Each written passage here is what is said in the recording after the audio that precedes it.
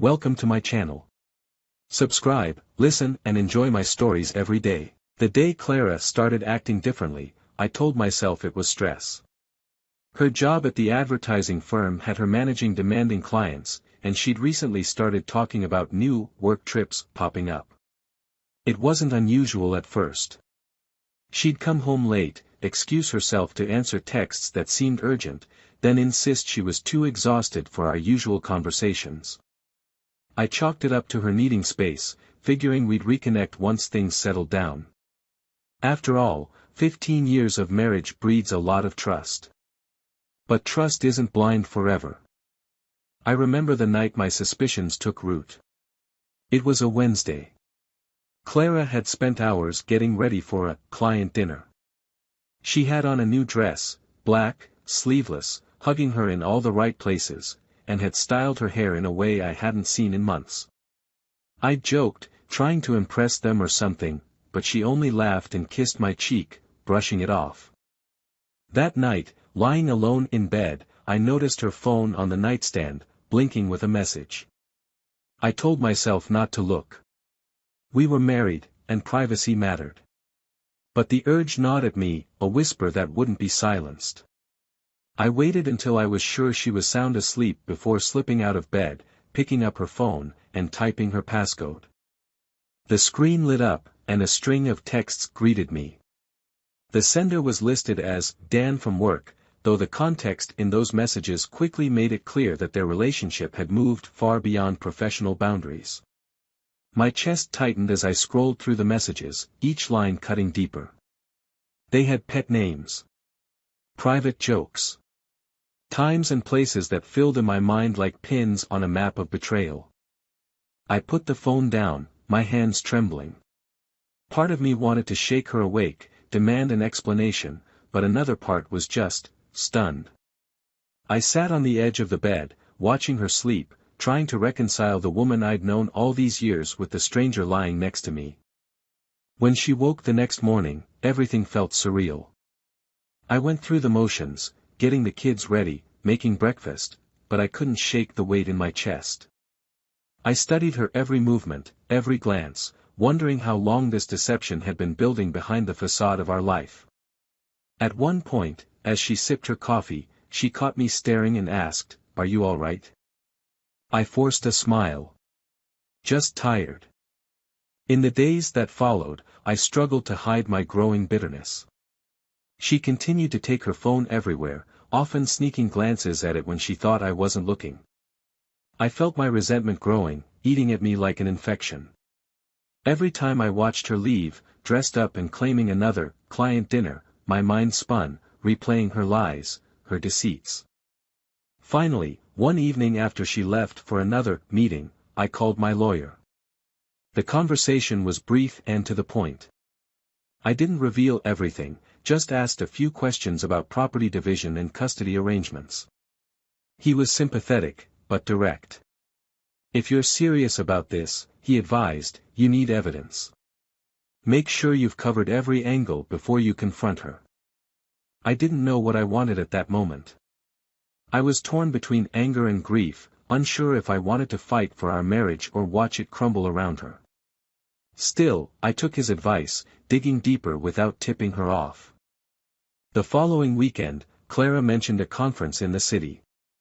I watched her pack her things, triple-checking every item like she was preparing for an adventure. When she kissed me goodbye, there was a strange air of finality to it, as if she had already left in more ways than one. Once she was gone, I called a private investigator. The investigator, a no-nonsense guy named Charles, told me he'd handled dozens of cases like this.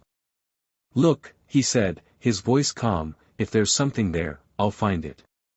But I'll need a few days, and you'll have to prepare yourself for whatever we uncover." His words felt like a punch to the gut, but I agreed. I was already deep in this mess, and there was no turning back. That week was a blur. I barely slept, waiting for updates from Charles while going through the motions at work and home. My mind kept flashing back to all the years Clara and I had spent together, the vacations, the lazy Sundays with the kids, the quiet nights just watching TV. How could those memories coexist with what I was now facing? 3 days later, Charles called. "We need to meet," he said, his tone heavy. "I have everything." We met at a small cafe on the other side of town, far enough that no one would recognize us. When I saw him, he gave a small nod and handed me an envelope. Inside were photos, time-stamped and clear as day, Clara with her so-called colleague, Dan, in what was unmistakably more than a professional setting.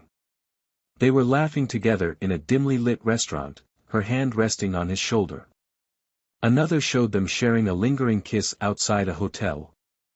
I sat there, staring at the photos, numb. Charles waited, giving me a moment before speaking. "I didn't include every detail, but I thought you'd want to know the truth." The truth. The word felt hollow. I looked up, meeting Charles's gaze, and he nodded in a way that told me he'd seen this before. Seen men like me sitting in that same chair, lives ripped open. That night, Clara returned home as if nothing had changed. She kissed me, asked about my day, and settled in, casually scrolling on her phone while I sat across from her, forcing myself to stay calm.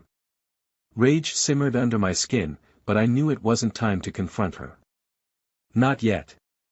I needed to think. The next morning, I met with my lawyer again. This time, we discussed the specifics, property, custody, everything I needed to know to ensure she wouldn't walk away with everything. As the details sank in, a strange feeling took hold. This wasn't just about exposing her betrayal, it was about taking control, about reclaiming my life from the wreckage she'd made. My lawyer handed me a folder of documents. "If you're ready," he said, "we can proceed. But once you take this step, there's no turning back." I took a deep breath, nodding. "Let's do it." For weeks, I kept everything hidden, playing the role of the clueless husband while I laid the groundwork. I watched Clara go through her routines, her secrets in plain sight, each day bringing me closer to the moment I'd planned. I wanted her to feel it, the shock, the realization, the consequences she'd never anticipated. As I looked at her, the woman I'd once loved so deeply, I understood that what lay ahead wasn't just revenge. It was the final act in a story I never imagined we'd live. And I was ready.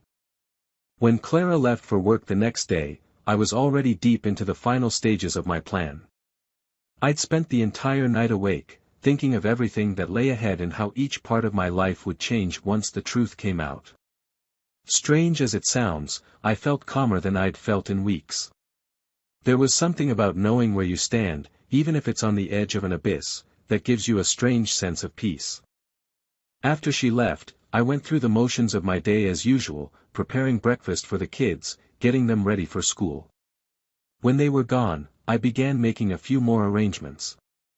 I called the realtor about listing the lake house, a place we'd dreamed about for years, bought after years of saving, a symbol of the life we were building. Now, I was preparing to get rid of it, taking with it one more part of the life we'd shared. The realtor was surprised at the rush, and I gave her a vague excuse about wanting to downsize. She told me it would take a few days to get everything in order, but we could have it listed within the week. Hanging up, I realized how final this was becoming. Soon, the life Clara thought she had would begin slipping away piece by piece, the same way she'd broken our trust bit by bit over the last few months.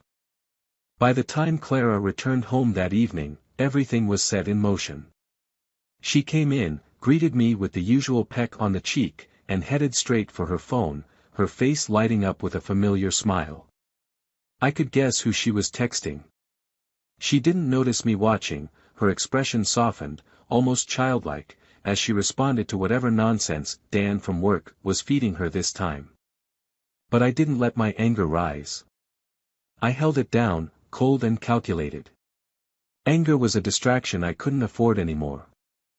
The following day, I met with my lawyer again. He told me everything was ready, papers drafted, details ironed out. He asked if I was sure, if I wanted to give it more time. But I shook my head. There was no going back now. I wasn't interested in reconciliation or explanations. I wanted her out of my life, but not without understanding the cost of her betrayal. As the weekend approached, Clara seemed giddy, mentioning yet another work trip. This time, I didn't even need to ask the details. She freely offered that it would be in the same city, at a hotel she'd conveniently forgotten the name of. I nodded, letting her spin her web of lies, each word sealing her fate. When she finally left that Friday evening, I watched from the window, her car pulling out of the driveway with her usual ease. She didn't look back, didn't seem to care about leaving me with the kids for another business weekend. Once she was out of sight, I set to work. First, I printed every message, every email, every piece of evidence I'd gathered over the last month. Each document, each photograph was like a knife in my hand, ready to cut through the lies she'd woven. I printed them in duplicates, triplicates, and packed them neatly into folders, each one labeled and sorted. The next morning, I took the kids to my parents' house, explaining that Clara had some work to handle out of town and I needed time to focus on a few things at home. They didn't question it much, they loved staying with their grandparents and were thrilled about the impromptu sleepover. Watching them run off, happy and oblivious to the storm brewing in our lives, I felt a pang of guilt. But I knew this was for the best. They deserved a life free from Clara's selfishness. By midday, I returned home, my plan in place. I contacted a locksmith, explaining that I wanted the locks changed for personal reasons. He came by, efficient and nonchalant, as if husbands locking out their wives was just another day on the job. I made sure every key in the house was switched, leaving only 2 copies, one for me, one in a drawer Clara would never find. That afternoon, I met with our bank manager. We had a joint account, but I also had a separate one that Clara didn't know about, an account I'd opened years ago when I first started working, back when Clara and I were just dating. It was a precaution I'd almost forgotten about, but now it was my secret weapon. I transferred half of our savings into it, ensuring that she'd have access to her share, no more, no less. I didn't want to take her money, I just wanted to make sure she'd be left with exactly what she deserved. When evening came, I sat alone in the living room, staring at the pile of evidence on the coffee table. I'd already decided how I'd confront her, how each document would drive the knife a little deeper. All that was left was for her to come home. It was late when her car finally pulled into the driveway. I could see her silhouette in the car, head tilted as she finished a text. She didn't notice me watching through the window. The excitement on her face, the lingering look of someone caught up in the thrill of a secret, a forbidden rush, I'd seen it all before, but now it filled me with a cold sense of satisfaction. She had no idea what awaited her inside. She entered, her face flushed, a satisfied smile on her lips. She didn't notice the silence, didn't catch the edge in my voice as I greeted her. "Hey," I said calmly, gesturing to the coffee table. "We need to talk." She looked at the folders and froze. Her eyes flickered to my face, then back to the papers, her mouth opening as if to explain. But no words came out. She stepped closer, her hands trembling, picking up the first folder, flipping it open to see the first image, a photo of her and Dan, laughing together in the dim glow of a restaurant she'd claimed was a work event. Her face went pale. What is this?" she stammered, her voice barely a whisper. "What do you think?" I asked, my tone even. I can explain," she started, but I cut her off. "Explain what, Clara? The dinners? The weekends at hotels? Or is it the texts?" I pointed at the stack, each folder more damning than the last. "Because I've seen enough. I don't need your explanations." Her mouth opened, closed again. She looked at the evidence like it was some kind of alien artifact, her mind struggling to comprehend that her lies had finally caught up to her.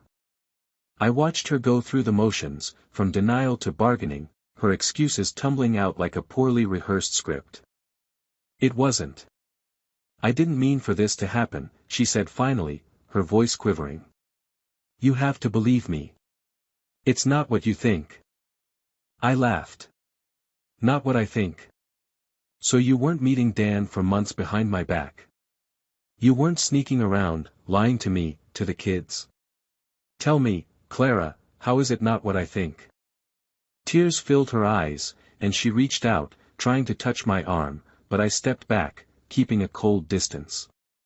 Please, she whispered, her voice cracking. Please, just, don't do this. Don't throw it all away. Don't throw it away. I echoed, incredulous. You threw it away the moment you decided you wanted him. The moment you chose lies over honesty, Clara. The words hit her like blows, each one breaking down the defiance in her face, leaving her vulnerable and shaken. She sank onto the couch, burying her face in her hands, sobbing. I looked down at her, feeling nothing but a cold sense of victory. I'd planned every detail, every word, and now the moment had come to deliver the final blow. Reaching into my pocket, I pulled out a set of keys, the originals, the ones that no longer matched the locks. These, I said, dropping them onto the coffee table, are useless now. You'll find your things already packed. Take them, and get out.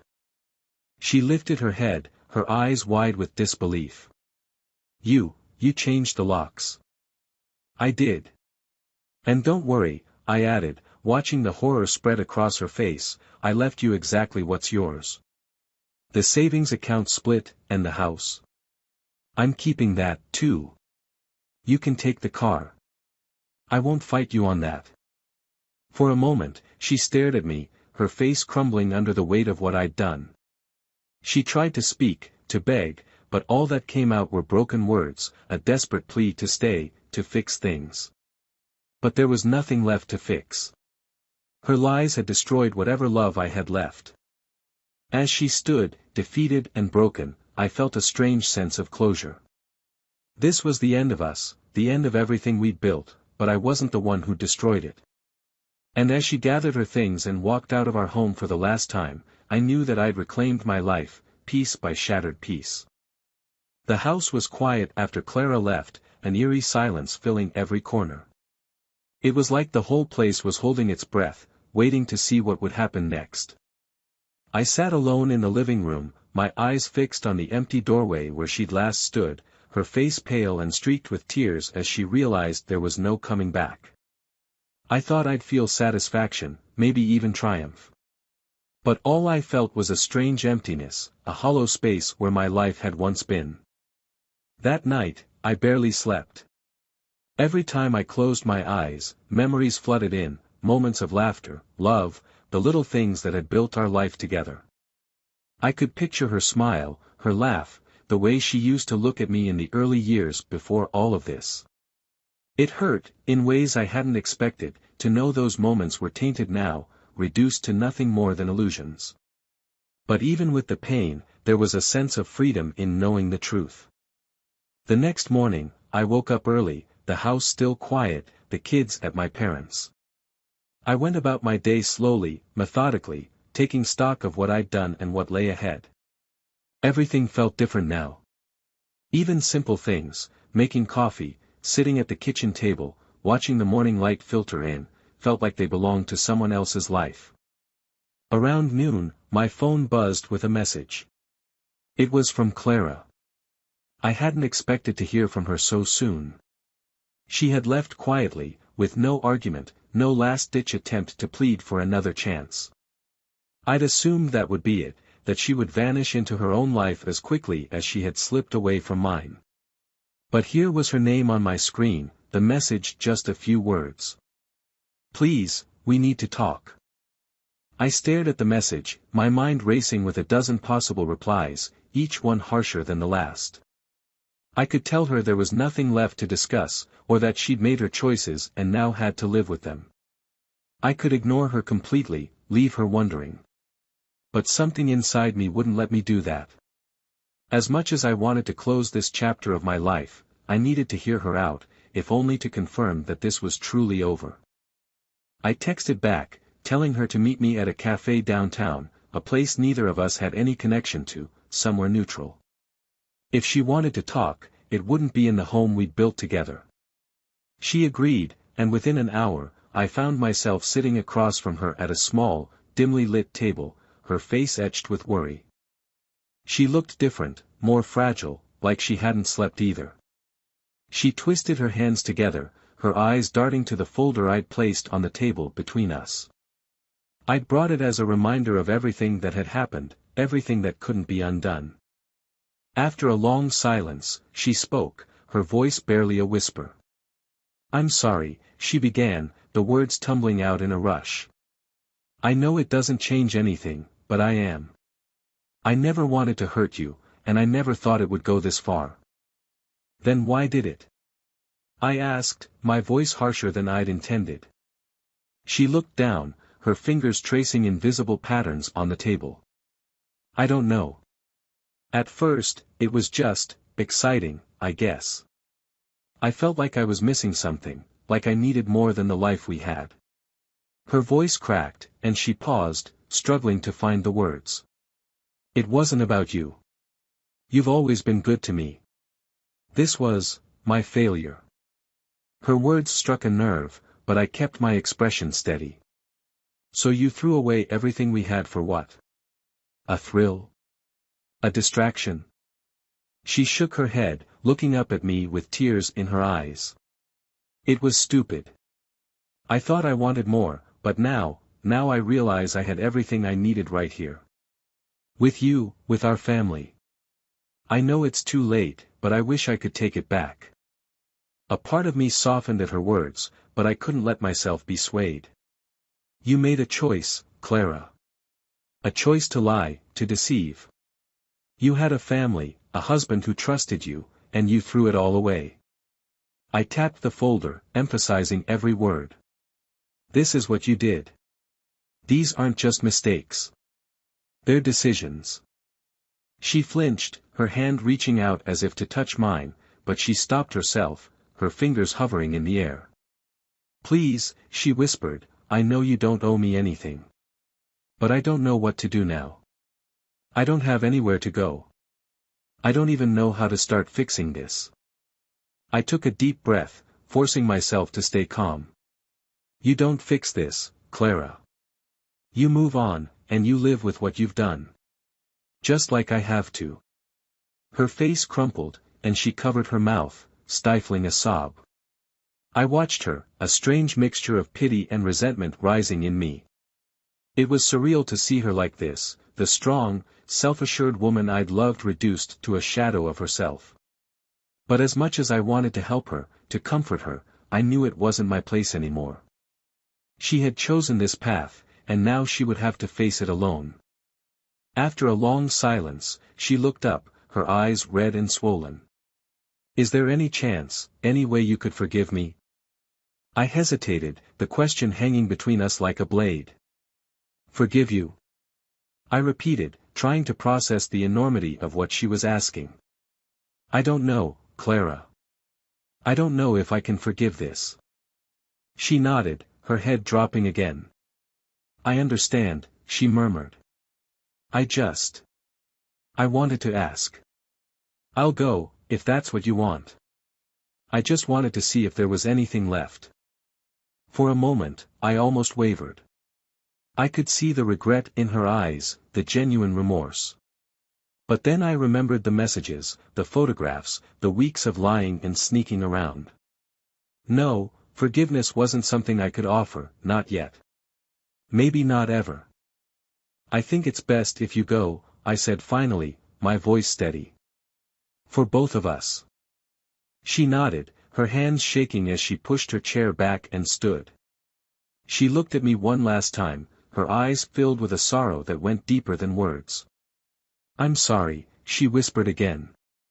Then she turned and walked out of the cafe, her figure disappearing into the crowd outside. When she was gone, I sat there for a long time, staring at the empty chair across from me.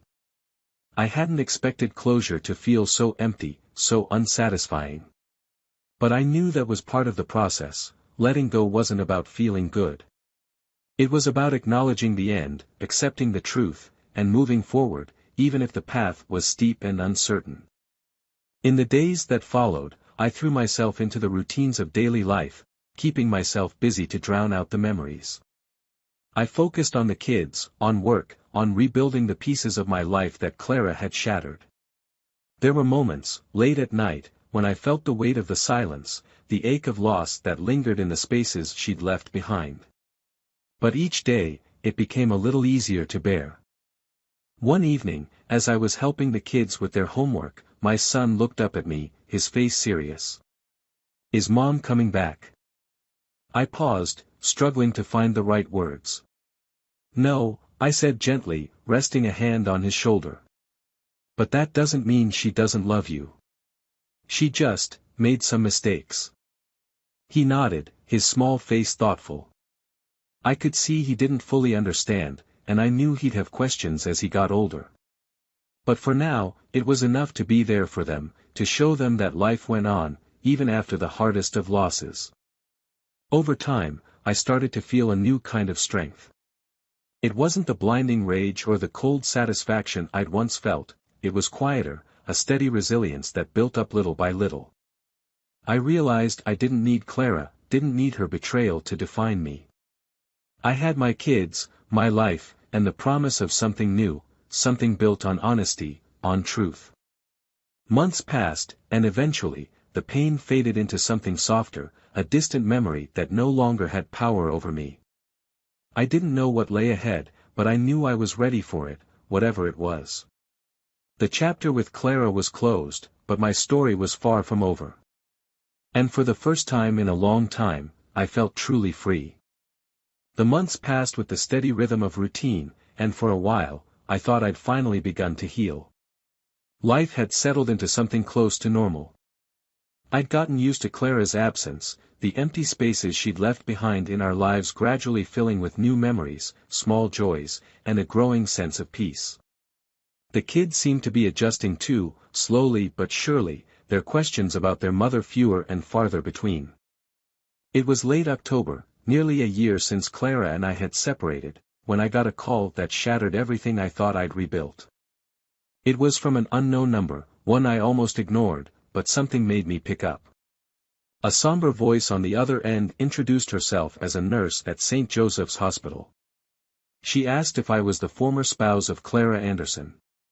Her words were cautious, soft, as if bracing for my reaction. "Yes, that's me," I replied, a knot forming in my stomach. "I'm sorry to inform you that Clara was brought into the ER earlier today. She was in an accident. We tried everything we could, but," she hesitated, as if reluctant to continue. "I'm so sorry. She didn't make it." The words hit me like a physical blow. I sank into the nearest chair, the room spinning around me. Clara was gone. My mind refused to process it. She was out there somewhere, living her own life, just out of reach. I'd imagined her that way, telling myself that she was fine, that she'd moved on. But gone.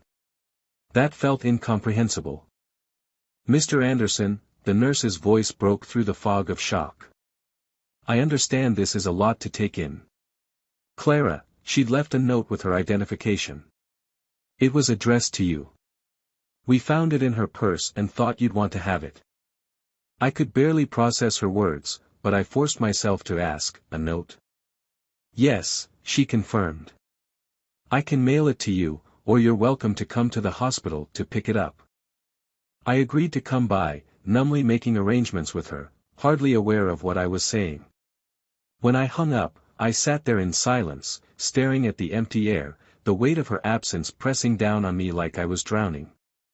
The drive to the hospital felt surreal. The world around me blurred, colors and sounds muted as if I were underwater. At the hospital, the nurse met me at the front desk, her expression gentle and sympathetic. She handed me a small, folded piece of paper and offered her condolences before disappearing back down the sterile hallways. I stood there, staring at the note, my hands trembling. It was worn, folded and refolded several times, as if she'd carried it with her for a long time, waiting for the right moment. Finally, I opened it, the shaky lines of her handwriting stretching across the paper in faint blue ink. "James." If you're reading this, it means something happened to me before I could say everything I wanted to. I know I hurt you more than I'll ever understand. I don't expect forgiveness, and I don't deserve it. But I want you to know that I never stopped loving you, not really. What I did was selfish. I wanted more because I thought that would make me happy, but it didn't. In the end, all I found was emptiness. I lost the best parts of my life, my family, my home, you. And I would give anything to take it back. I know I can't change what I did, and I'll live with that regret forever. Please, tell the kids I love them, that I'm sorry I couldn't be the mother they deserved. And I hope someday, in some way, you find it in your heart to remember the good times we had. You deserved so much better. Yours always, Clara. I read the note over and over, my eyes blurring with tears. Every word felt like a dagger, reopening wounds I thought had healed. I'd moved on, I told myself. I'd rebuilt my life, pieced it back together. But holding that note, I felt the weight of all that had been lost, all that could never be repaired. She'd realized her mistake too late, and now we'd never get the chance to face it together. There would be no last conversation, no final words to bridge the distance between us. The anger and resentment I'd carried all those months dissolved, replaced by an aching sense of loss, a hollow emptiness where my rage had once been. When I got home, the kids were already in bed, my parents watching over them. I thanked them and assured them I'd explain everything to the kids in the morning. After they left, I sat alone in the living room, the note still clutched in my hand. I thought of her laugh, her smile, the way she'd once looked at me, the promises we'd made, the life we'd built. It was all gone now, lost to the mistakes and choices we couldn't take back. The next morning, I sat down with the kids, gently explaining that their mother was gone. They were too young to fully grasp the finality of it, their questions breaking my heart. "Did she say goodbye?" my daughter asked, her small voice trembling. I told her she did, that her mother loved them more than anything. It was the truth, even if it had come too late for Clara to tell them herself. In the days that followed, I tried to make sense of my own feelings, to find closure in the fragments she'd left behind. I kept the note, folding it carefully and placing it in a box with our family photos, preserving the memories of the life we'd once shared. I'd never forget the betrayal, the pain of her choices, but now there was something deeper, a sorrow that transcended anger, a reminder of the fragility of life and the weight of our mistakes. Years passed, and I did my best to raise the kids, to give them a life filled with stability and love. But Clara's absence was a shadow that lingered, a quiet reminder of what might have been. I tried to fill that void, to be both mother and father to them, to shield them from the pain she'd left behind. But there were moments, late at night, when I still felt the ache of her loss, the bittersweet memory of a love that had ended in tragedy. In time, the anger faded, replaced by a quiet acceptance. I'd loved her once, truly and deeply, and that love would always be a part of me. Her mistakes, her betrayal, they were scars I'd carry, but they were also lessons that had shaped me, made me stronger, more resilient. And though she was gone, her memory lived on, woven into the fabric of my life, a reminder of both the joy and the sorrow that love can bring. In the end, life went on, as it always does, carrying us forward, leaving only echoes of the past. And in those quiet moments, when I felt the weight of her absence, I held on to the words she'd left behind, a final reminder of the love that had once been ours, and the forgiveness we both sought but could never share.